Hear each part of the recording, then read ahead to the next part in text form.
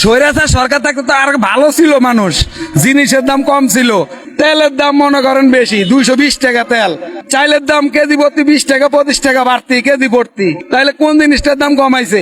তো 4-5টা গাড়ি দিয়া চলতেছে সমন্বয়কেরা, এরা বুঝবো কই থেকে গরিবের দুঃখটা? এরা রিক্সা ভাড়া দিতে পারে নাই, এখন মনে করেন এরা 4-5টা প্রাইভেট গাড়ি দিয়া চলতেছে, হ্যাঁ তো বড় সুখ, কষ্ট তো হইলো জনগণের, লাভ হইছে সমন্বয়ক। দোলাইবার চক্করটা এটা কোটি কোটি টাকা দিয়া, জনগণের টাকা দিয়ে, বাপের টাকা দিয়া চক্কর করছে। এই দেখো বোল্ডেজার দিয়া দেন চক্করটা ভাঙ্গা ভালাইতেছে, এটা কার টাকা? আমগো টাকা, জনগণের টাকা, অগো টাকা। এই যে এটা ভাঙছে, কোটি কোটি টাকা খরচ করে করছে, এখন আমার বোল্ডেজার দিয়ে ভাঙতাছে, এটা অগো টাকা, এটা জনগণের টাকা।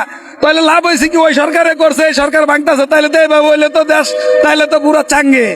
সাধারণ জনগণ চাইতেছে দেশে শান্তি, এটা তো শান্তি না। বোল্ডেজার লাগাইয়া বাড়ি ঘর ভাঙি, এটা কি শান্তি?